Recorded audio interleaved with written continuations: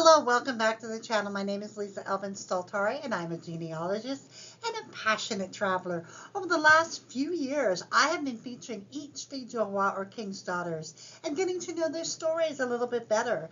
There are over 700 of them. Today we're doing episode 192. We have come a long way. We still got a long way to go. But before we begin, let me show you ways you can support the channel. The first three keep you in the know. Subscribe, like, and notify. The next couple of ways are ways that you can help the channel truly grow. Coffee, which is a one-time contribution. We have Patreon, which is a monthly contribution. And then we have the super thanks that YouTube has permitted me to do since I reached 1,000 subscribers. Thank you all for supporting me. So I thank you for all of you who have supported me thus far. Appreciate your support. Let's get started and get to know episode 192, our fille du roi of this episode. Marie Robineau. And she is a viewer request. I do not have her in my files that I could find, so I was thrilled to get to know Marie a little bit better. So Marie was born about 1647 in Paris, France, in the parish of St. Paul. Her parents were Hubert Robineau and Marie Renard.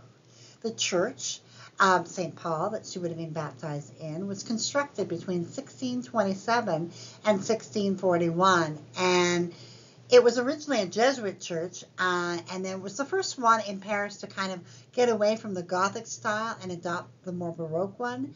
In 1762, the Jesuit order was forbidden and banished, and then the church was entrusted to some other clergymen of the neighborhood. So that's kind of an interesting story.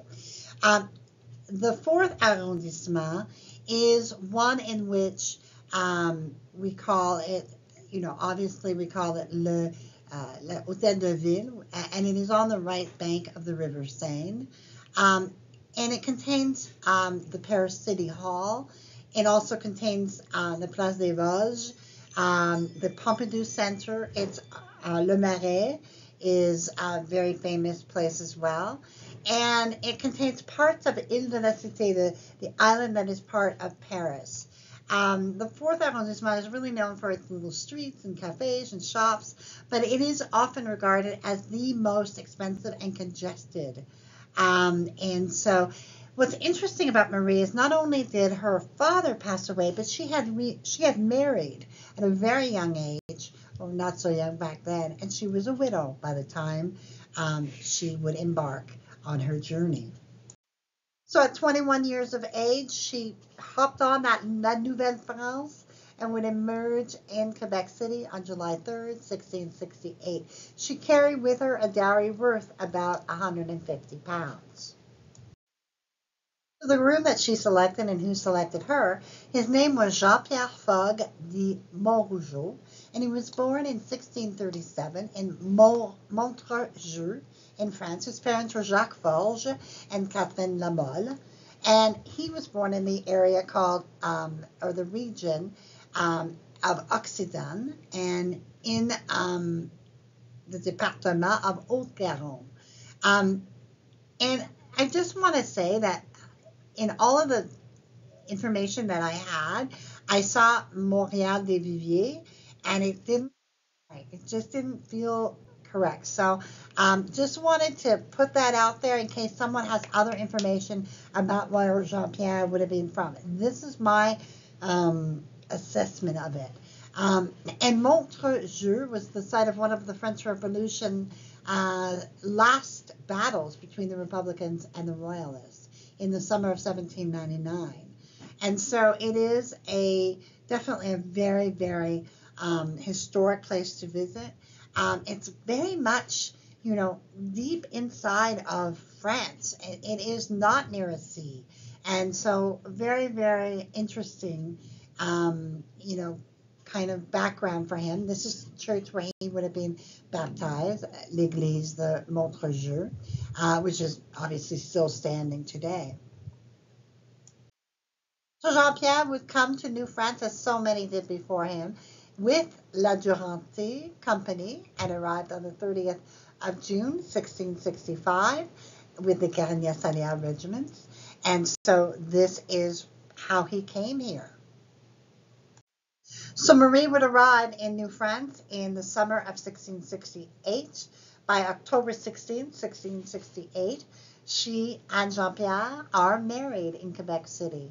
And it actually tells you in the marriage certificate or marriage record, Veuve de Feu Jean Robert. That's what's so great about having the marriage records. It really gives us a lot more information, obviously. So that is one of the reasons we know she was a widow. So the family would settle at Beaumont in 1668. One can almost say with truth that Ile d'Orléans was Beaumont's mother.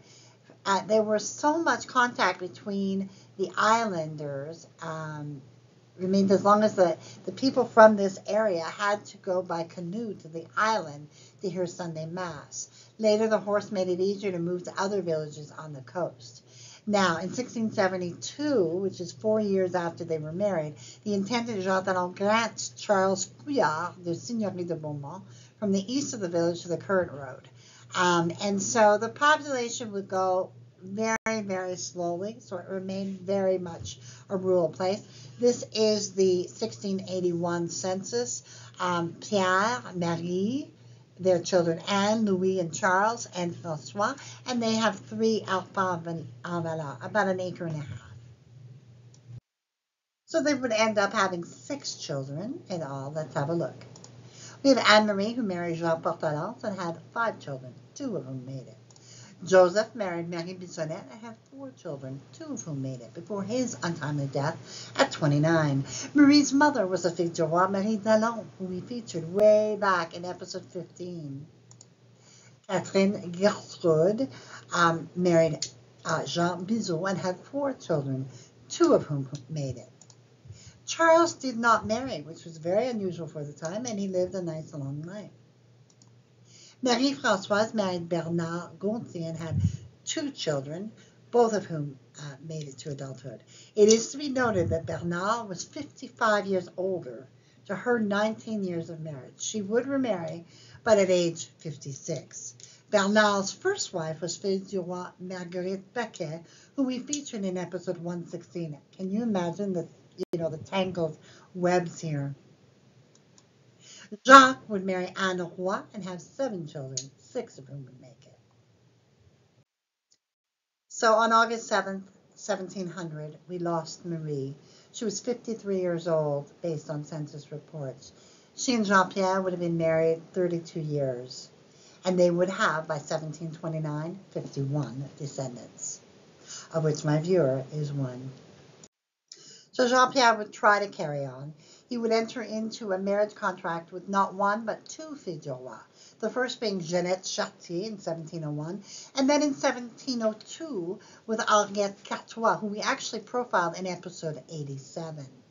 He would ultimately die the next year at age 66 on May 29, 1703, and he is buried with his first wife.